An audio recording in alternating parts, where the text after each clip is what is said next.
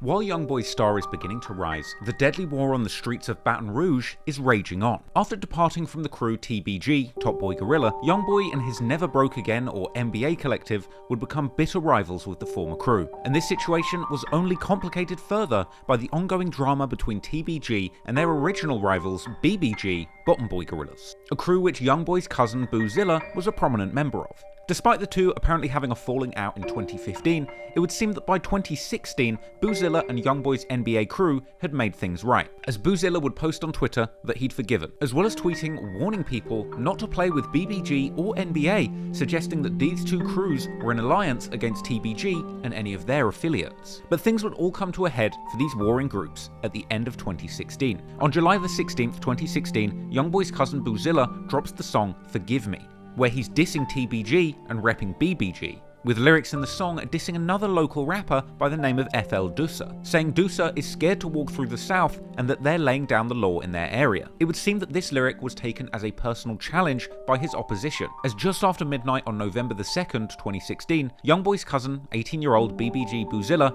real name Keandre Ricks, would be riding his bike near the 2000 block of Nebraska Street, less than a block from his family home. And it was here where he was targeted by gunmen who shot him multiple times in the upper torso and left him dead in the middle of the street.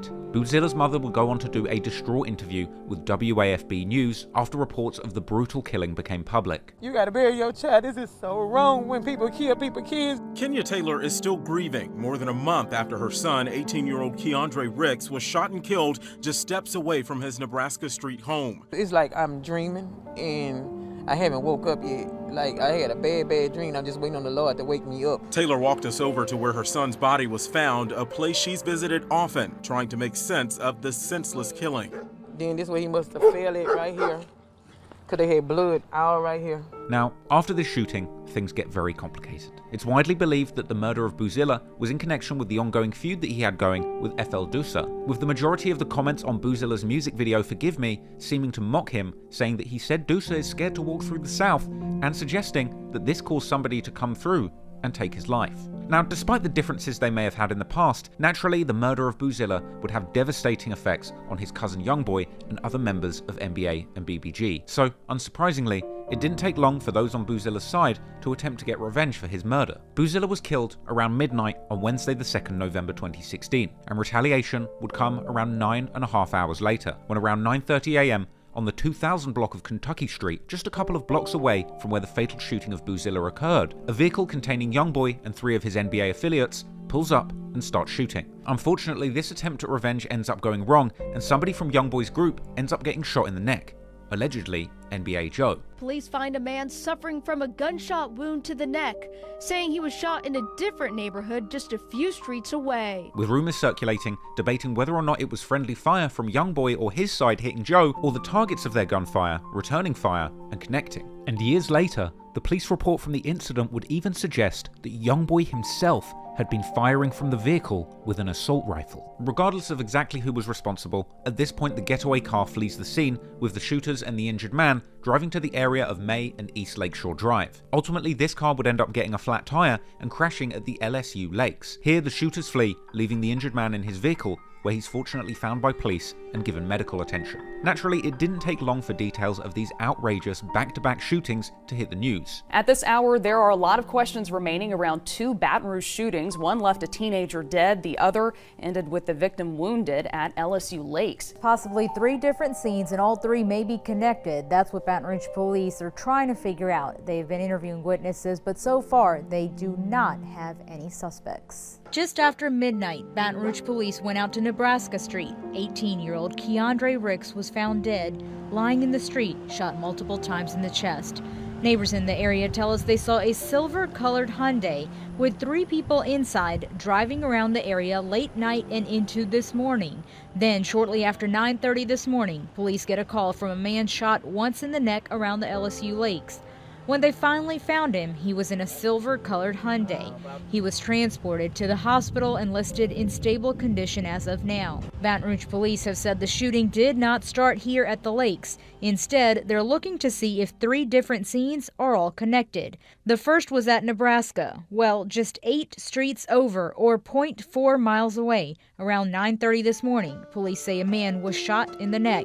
He or the suspect then drove 1.4 miles to East Lakeshore in May around the LSU lakes and called police for help. This is not a random shooting. They believe the shooter and victim actually did know each other. Surprisingly, however, the violence was still not over, and the following day, on the 3rd of November 2016, at roughly 9:49 a.m., shooters would return to the street where Boozilla lived with his family and was killed, with officers nearby claiming to have heard 37 gunshots, apparently fired by 2 shooters, who then fled the scene in a getaway vehicle. They would leave 2 homes on the street riddled with bullets, and at this point, the violence in Baton Rouge, held just in this street alone, was spiraling out of control. And at a certain point, the danger was so high that the authorities placed the local school on lockdown out of fear that further shootings would affect the children in the local community. A number of schools in East Baton Rouge Parish are on lockdown for separate reasons today. We start with the 3 schools that were also placed on lockdown yesterday. Police are still on scene here at the intersection of Nebraska and East Harrison Street. They're looking into reports of shots fired earlier today. Now you can see details are still very limited, but much of the investigation is centered around this white home here right near the intersection of East Harrison and Nebraska Street. This is the latest in a rash of recent shootings in this area over the past few days, including one that left an 18-year-old dead. The teen was found shot to death Wednesday in the 2000 block of Nebraska Street. That incident happened around midnight. Then yesterday morning around 9:30, a man was shot in the neck on Kentucky Street, which is just a couple of blocks from the spot where that fatal shooting occurred. The victim left the area in a car and then parked around the LSU lakes to call for help. These recent violent incidents near Nebraska have left some residents feeling uneasy. At this point, even people living on this street were being interviewed by the news, telling them that it's like living in hell. I live on this street, and this about the worst street to live on. You say living in hell?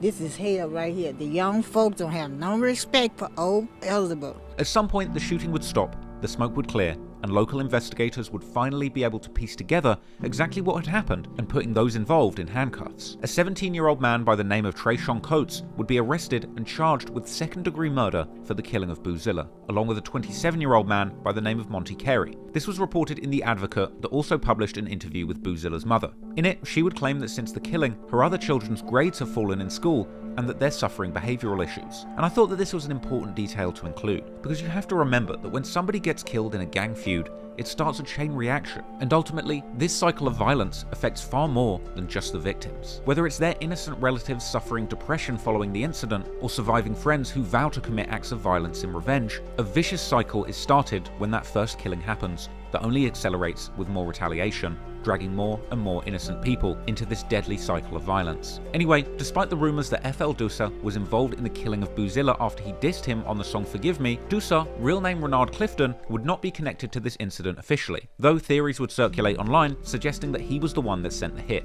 He would remain free following this incident, going on to release songs like Straight Facts. However, he would end up in jail on a separate attempted murder charge stemming from a double shooting on the 3rd of June 2018, which we'll go into in detail later. But with the shooters of Boozilla in cuffs, the Baton Rouge police would next be tasked with finding those NBA members who slid the following day, with one member who got shot in the neck already in the arms of law enforcement. Their next job was to get their hands on YoungBoy himself. A warrant was issued for his arrest, and he would be tracked down by authorities, being arrested on November the 28th, being taken into custody by US Marshals just before he could get on stage at a show in Austin, Texas, in dramatic scenes that were even caught on camera. Hey, get inside, get inside. Hey, get the hell inside, get the fuck inside.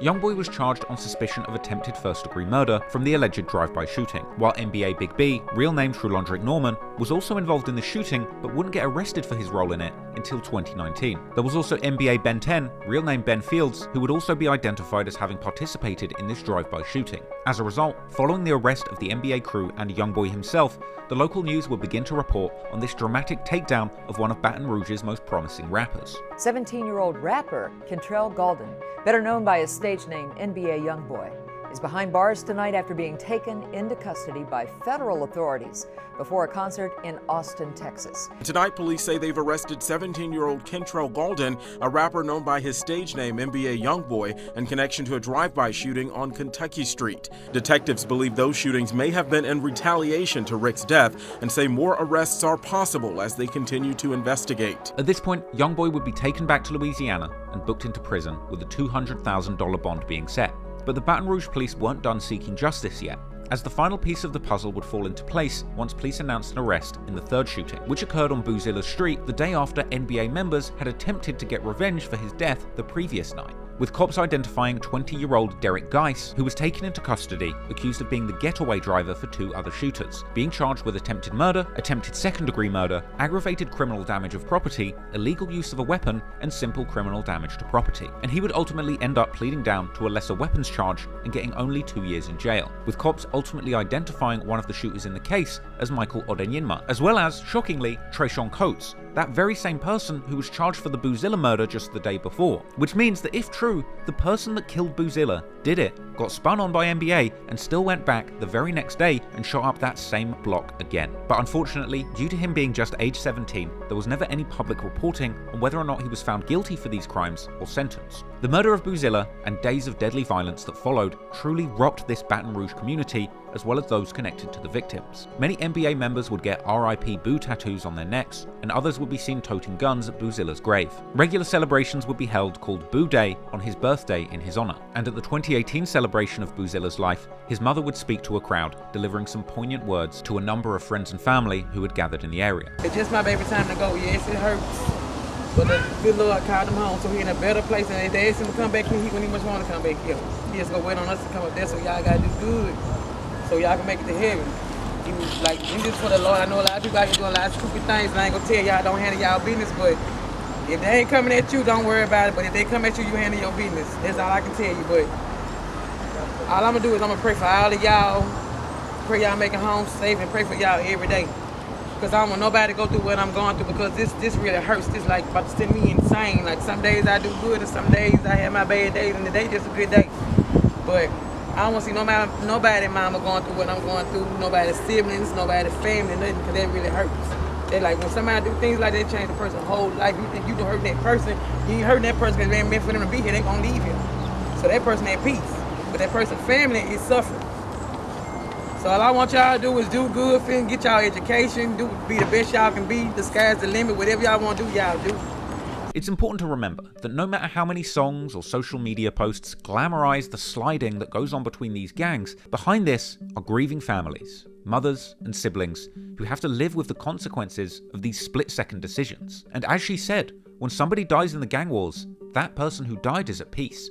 It's everyone else who was innocent to the original beef that has to live on with the grief of someone else's impulsive decisions. Sadly, it would take many years for YoungBoy to realize the consequences of the violence playing out in his music and in his life. But for now, he would be stuck in the system waiting for a chance to plead his case in front of a judge. At the time of these charges, YoungBoy was only 17 years old, but Louisiana is one of the few states in the US where 17-year-olds can be charged as adults. And so, YoungBoy spent December 2016 to August 2017 incarcerated, waiting for updates on his case. But, at least for the fans, it wasn't all bad, because while YoungBoy was locked up, his management team got to work and did their best to keep his music career alive. They created an updated version of his previous project, Before I Go, re-releasing it as Before I Go Reloaded, removing the songs Stuck With Me, Change, and All Night, and adding that 21 Savage remix of Murder, along with the track Bands and Fact. Then, on April the 14th, 2017, the label also released a reloaded version of his Mind of a Menace 3 mixtape, which removed the Murder remix with 21 Savage because they just put it on the Before I Go Reloaded mixtape, as well as taking off the tracks Life and Booting in this, and adding the tracks Blowing Up and Just Made a Play featuring Moneybagg Yo. So, while YoungBoy was sitting in jail, all of these songs that were being released were picking up heat in the streets, and fans would eagerly await his release. And eventually, to some people's surprise, YoungBoy was actually able to cut a pretty favourable deal with prosecutors, copping to the lesser charge of aggravated assault with a firearm. On August the 22nd, 2017, YoungBoy was sentenced to a term of 10 years suspended prison time and 3 years of active supervised supervised probation, which essentially meant that he was able to get out of jail and return to his music career. But the potential to have to go back and serve a full 10 years in prison would now follow him around for 3 years, along with a probation officer who would be closely supervising his every move going forward. In addition to that, he was also ordered to pay a fine of $5,000 and do 250 hours of supervised community service, which apparently even included doing an anti-violence PSA, which to the disappointment of fans everywhere, never seemed to actually surface publicly. But YoungBoy wouldn't simply waltz out of the courtroom, because apparently during that sentence, he had what was described as a tense but respectful back and forth with District Judge Bonnie Jackson. Apparently during the case, she admonished him for going out with his boys looking for trouble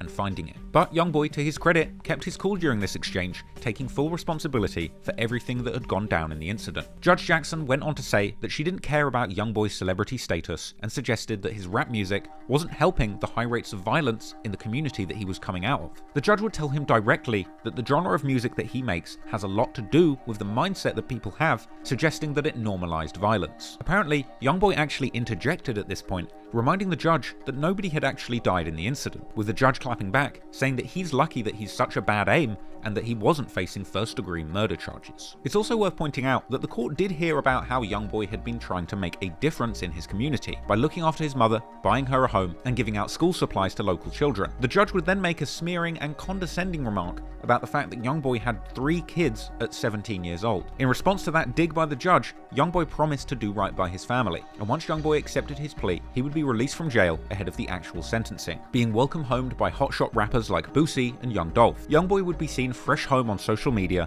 being greeted by his NBA crew, and rocking the same Burberry button-up shirt that he was booked for the crime in.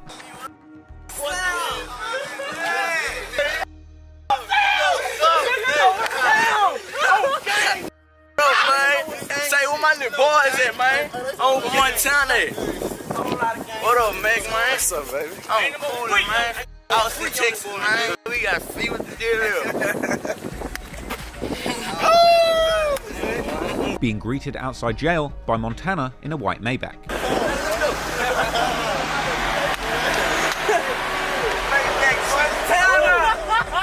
it's the best feeling ever. We got KD right there, we got Davis, we got Max Harden. Man, you know what it is. YoungBoy was fresh home, and music would be the first thing on his mind. He would be seen filming freestyles in the same outfit and surrounded by his crew and manager Big Dump. Call 3 years, tell them I don't want to chat. In the studio is shade, in the studio is strange, on the grind every day. I've been chasing that sack real 38, baby. I'm from College Track. His first major release since his release would be the biggest song of his career so far, the track Untouchable. This was a big single where YoungBoy spoke optimistically about making it out of the struggle of the Baton Rouge streets and vowing to make the most of this opportunity that he had to make it through music, and declaring his intention to move out of Baton Rouge to Los Angeles, where he would hope that he no longer needs to carry a gun. Untouchable ended up hitting number 95 on the Billboard charts, becoming YoungBoy's first solo single to chart in the United States. By August 2017, YoungBoy was back in the studio, ready to focus on his music career, despite the prying eyes of a probation officer set to be following him for the coming years. So, following the successful release of Untouchable, YoungBoy's team would drop his latest mixtape, AI YoungBoy, on August 4th, 2017,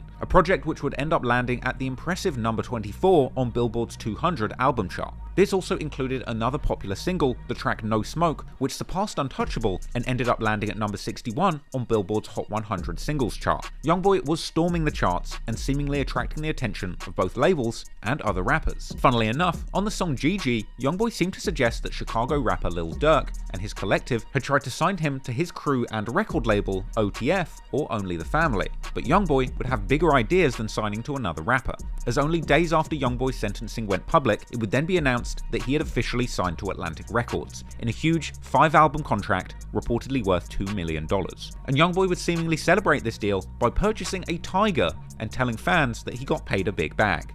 I'm like, you pay me. You pay me. I got that bag, I'm getting paid for everything I do.